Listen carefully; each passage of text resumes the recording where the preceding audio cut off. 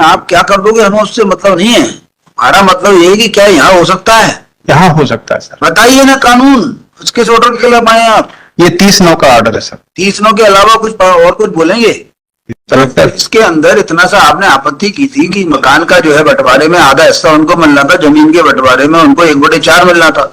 इस ऑर्डर के खिलाफ आप यहाँ आए। नहीं, मकान का नहीं मिल रहा था सर, वो एडीजी ने उसको इम्प्रूव कर अब आपका राजीनामा हो गया। जी सर। अब you go and file that application. नहीं तो वहां फाइल किया था तो उन्होंने रिजेक्ट कर, तो आप उसके खिलाफ यहाँ आइए, यहाँ आइए, चैलेंज करिए उसको। या तो इसको हम चैलेंज कर देते हैं सर। तो करो आप, या दूसरा लगा दो। नहीं, इसी में लगा देते हैं। क्यों इसी में लगा देते?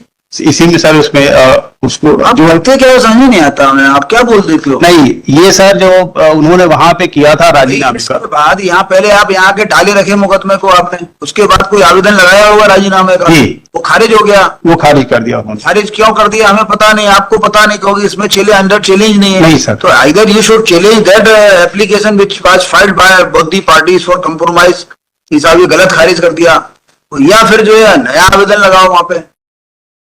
वो उन्होंने एक बार क्यों खारिज कर दिया इन्होंने, जो है आप शॉर्ट में बताइए, राजीनामा आवेदन क्यों खारिज कर दिया? एक घर का जो झगड़ा था, वो घर मिल जाएगा पिटिशनर को, और उसके बदले वो दूसरी जमीन उनको दे देंगे, जिसके लिए कंप्रोमाइज उनमें पार्टीज में हो गया है।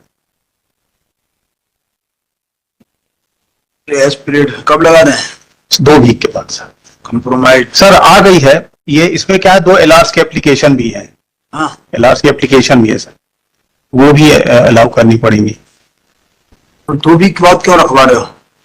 सर वो आएगा 2 वीक के बाद ही, 14 तारीख वाले वीक में आएगा।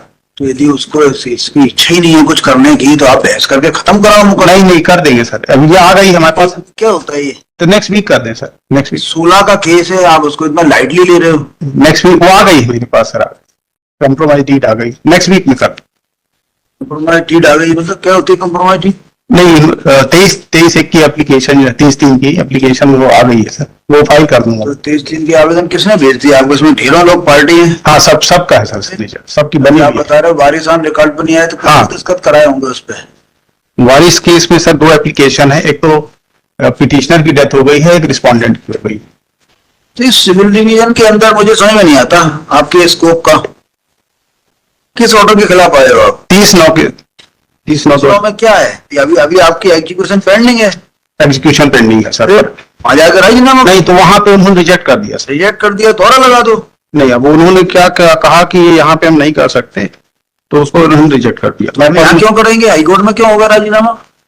सर यही रिवीजन में क्या होगा?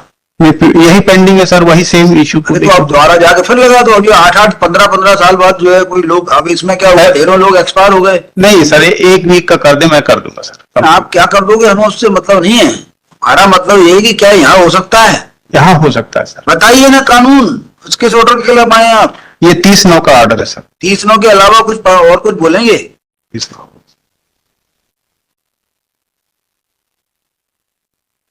ये सर पेज नंबर 12 पे पढ़ो। कुछ हो सकता है तो वहां करिए। यहाँ क्या एग्जीक्यूटिव कोर्ट में क्या होता है, सभी पार्टीज को सुविधा होती है जाने की, उनके राजीनामे में बयान हो सकते हैं।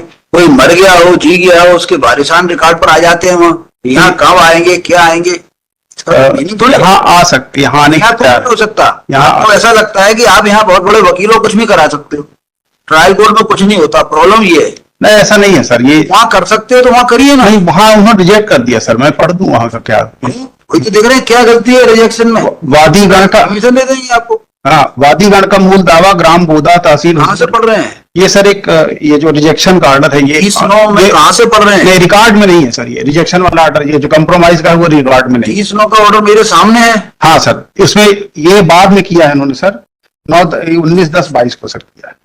30/9 का ऑर्डर 19/10/22 को किया? नहीं, 30/10 के ऑर्डर के अगेंस्ट ये रिवीजन आई सर, और इन्होंने बाद में 30/9 के खिलाफ यहाँ रिवीजन में आए हो? जी सर। 30/9 के खिलाफ रिवीजन में 16 में आए हो?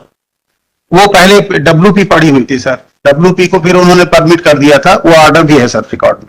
हाँ, तो 30/9 के खिलाफ रिवीजन में यहाँ पे जी। WP कब की थी? WP 10 की थी सर, वो समय के अंदर कर दी थी। जी, वो समय के अंदर। उसको बाद में कर दिया। जी 30/9 का ऑर्डर पढ़ो सर। हम तो 30/9 का स्कोप ही देखेंगे बस।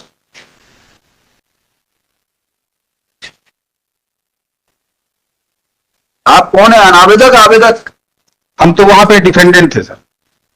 अरे इसमें आवेदक अनावेदक लिखा यहाँ पे आवेदक है है। आपसे, यहाँ पे आवेदक है, वहां पे आवेदक नहीं। इस ऑर्डर में जो लिखा है ना, अनावेदक के कमिश्नर रिपोर्ट पर आपत्ति, जी जी सर। इसमें अनावेदक आप हैं कि इस केस इसमें जो लिखा है अनावेदक ये आप हैं, कोई और है? अनावेदक हम हैं। अनावेदक आप हैं जी, इस जी। ऑर्डर के अनुसार? जी। हाँ पढ़िए। इस आदेश द्वारा अनावेदक क्रमांक 1 की आपत्ति का निराकरण किया जा रहा। इस न्यायालय के आदेशानुसार बंटवारी कार्रवाई हेतु कमीशन जारी किया गया था। इस संबंध में कार्रवाई करके श्री राजीव लोचन मिश्रा द्वारा अपना प्रतिवेदन न्यायालय के समक्ष प्रस्तुत किया, जिसके संबंध में अनावेदक क्रमांक ने आपत्ति उठाई। कमिश्नर द्वारा मनमाने ढंग से कार्रवाई की है और डिक्री के विपरीत हिस्सा अलग अलग करके दर्शाया है, अतः कमिश्नर प्रतिवेदन निरस्त करने का निवेदन है। डिक्रीदार ने आपत्ति के जवाब में यह बताया कि प्रकरण की कार्यवाही में विलंब करने के उद्देश्य से असत्य आधार पर आपत्ति प्रस्तुत की गई है। न्यायालय द्वारा नियुक्त कमिश्नर श्री राजीव लोचन मिश्रा द्वारा भी आपत्ति का लिखित जवाब प्रस्तुत किया है, जिसमें उन्होंने बताया कि उन्होंने डिक्री के अनुसार कार्रवाई की है। अभिलेख से पता चलता है कि माननीय अपर जिला न्यायाधीश महोदय रीवा द्वारा दीवानी अपील नंबर 1/2005 में पारित डिक्री दिनांक 27 मार्च 2007 के अनुसार भूमि संख्या 958 रकबा 0.37 एकड़ व उस पर बने मकान में वादी का आधा हिस्सा और भूमि पर आधे हिस्सा होना मान्य किया। इस प्रकार खसरा में 958 कुछ आप वादी हैं? नहीं, हम आप प्रतिवादी हैं? जी हाँ। इस प्रकार का खसरा नंबर 958 को छोड़कर शेष भूमि जो वादी क्रमांक 1/4 हिस्सा होना मान्य किया है और उस अनुसार बंटवारा कराकर कब्जा प्राप्त करने के संबंध में डिक्री पारित की है। इसी डिक्री अनुसार कार्यवाही हेतु डिक्रीदार ने धारा 54 सा पठित आदेश 20 नियम 18 सीबीसी के अंतर्गत आवेदन प्रस्तुत किया। डिक्री अनुसार बंटवारे हेतु हिस्सा करने के संबंध में कमीशन जारी किया गया और श्री राजीव लोचन मिश्रा अधिवक्ता द्वारा अपना प्रतिवेदन प्रस्तुत किया और साथ ही नजरी नक्शा भी प्रस्तुत किया। मौके की स्थिति को दर्शाया गया है। मदीन अनावेदक क्रमांक 1 द्वारा उठाई गई आपत्ति के संबंध में श्री राजीव मिश्रा का कथन है कि दिनांक 22/8/2009 को लिया गया और मदीन अनावेदक क्रमांक 1 को प्रतिपरीक्षण का अवसर दिया गया। रिपोर्ट के संबंध में श्री राजीव लोचन मिश्रा द्वारा अपने कथन में स्थिति स्पष्ट की और उपलब्ध तथ्यों के आधार पर यह निष्कर्ष निकलता है कि डिक्री में दिए गए निर्देश के अनुसार ही कार्रवाई की गई है। ऐसी स्थिति में अनावेदक क्रमांक 1 की ओर से उठाई गई आपत्ति स्वीकार योग्य नहीं है, तो आपत्ति निरस्त की जाती है।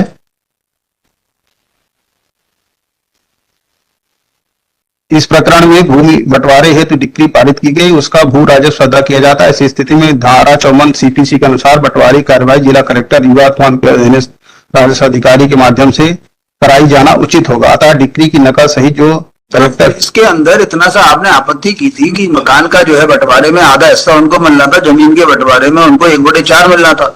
इस ऑर्डर के खिलाफ आप यहाँ आए। नहीं, मकान का नहीं मिल रहा था सर, वो एडीजी ने उसको इम्प्रूव कर अब आपका राजीनामा हो गया। जी सर। अब you go and file that application. नहीं तो वहां फाइल किया था तो उन्होंने रिजेक्ट कर, तो आप उसके खिलाफ यहाँ आइए, चैलेंज करिए उसको। या तो इसको हम चैलेंज कर देते हैं सर। तो करो आप, या दूसरा लगा दो। नहीं, इसी में लगा देते। तो क्यों इसी में लगा देते?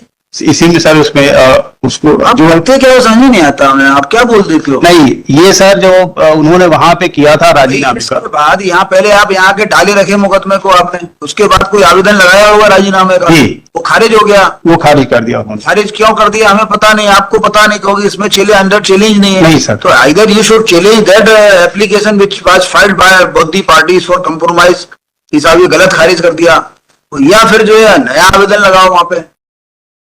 वो उन्होंने एक बार क्यों खारिज कर दिया इन्होंने जो है, आप शॉर्ट में बताइए, राजीनामा आवेदन क्यों खारिज कर दिया? वादीगण द्वारा मूल दावा में बस पढ़ने का काम है आपका। उन्होंने कह दिया कि यहाँ पे अब हम इसके डिक्री के निष्पादन के समय ये राजीनामा स्वीकार नहीं कर सकते। ऐसा कहा है जी। तो उसको चैलेंज करिए, क्यों नहीं कर सकते? राजीनामा कभी भी हो सकता है। उभय पक्ष की ओर से जो राजीनामा आवेदन पेश किया गया उसके अनुसार उनके द्वारा वादग्रस्त भूमियों में से आवेदन में वर्णित अनुसार वादीगण स्वतः घोषित कराए जाने की सहायता चाहिए है, किंतु हस्तगत प्रकरण निष्पादन प्रकरण है जिसमें निर्णय में पारित डिक्री के अनुसार वादीगण के वारिसानों को कब्जा दिला जाना है एवं वादीगण को वादग्रस्त भूमि में मात्र 1/4 हिस्सा का स्वतः होना पाया गया है। ऐसी स्थिति में उक्त डिक्री के विपरीत जाकर कोई नवीन अधिकार अथवा स्वतः घोषणा वादीगण एवं प्रतिवादी के पक्ष में नहीं की जा सकती। इसको आपको you should have challenge that order. ऐसी स्थिति में उभय पक्ष की ओर से प्रस्तुत राजीनामा आवेदन अंतर्गत 23/3 निरस्त किया जाता है। कब का है? ये सर 22 का है। फिर 22 से आप रखे बैठे हो अपने पास? नहीं, ये अभी आया सर। अरे क्या बात करते हो, अभी आया? अभी आने का मतलब मैं आपकी नहीं बोल रहा, मैं जी वकील के लिए नहीं बोल रहा, रखे बैठे हो, इसको बोल रहा हूँ एप्लीकांट के लिए। जी आपके पास कभी भी आए उससे मतलब नहीं है, नीचे भी तो कोई वकील होता है, नीचे भी तो क्लाइंट होता है, सर। आपकी ड्यूटी है उस ऑर्डर को चैलेंज करना समय पे। मेरा हम्बल रिक्वेस्ट है कि सर इसको आप कुछ नहीं करेंगे, once you are going to compromise the matter, you file fresh application। अब ये तो इन्होंने सर इसको रिजेक्ट कर दिया। मैं लिख देता हूँ, without being influenced by any of the previous order, आप फ्रेश एप्लीकेशन पेश करो, फिर देखेंगे। हाँ ऐसा कर। कानून बताओ वहां जाके, आप भी यहाँ अधूरे आए हो, खाली हाथ यहाँ आए हो, खाली हाथ वहां पहुंच जाते हो, आपके आवेदन खारिज हो जाते हैं। ऐसा लिखा है कि एग्जीक्यूटिव कोर्ट में राजीनामा नहीं हो सकता? नहीं सर, ऐसा नहीं है। ऐसा नहीं है तो कहाँ ऐसा है? बताइए कहाँ है कि एग्जीक्यूटिव कोर्ट में राजीनामा हो सकता है?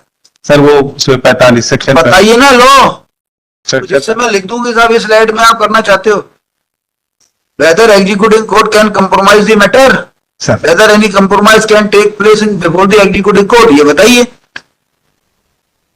बताइए फिर क्या करूं, बोलो। सर नेक्स्ट वीक रख। मैं नहीं करूंगा नेक्स्ट वीक, तो आज जाएगा ये। सर इसका एक परमिशन दे दे कि वहां पे इसको विदाउट इन्फ्लुएंस इसको करके नया राजीनामा वहां पे learned council for the petitioner submit, लेकिन अब उसमें सारे लोग राजीनामा कर रहे हैं, एक आध कम ज्यादा कर रहा है? ये सारे लोग कर रहे हैं लर्नेड काउंसिल, और इसके अंदर सभी लोगों ने आवेदन लगाया था? जी, इसमें सभी। Learned council for the petitioners defendants submits that the parties have settled their dispute and they want to file compromise application before this court. First off, he submit that the execution proceedings are still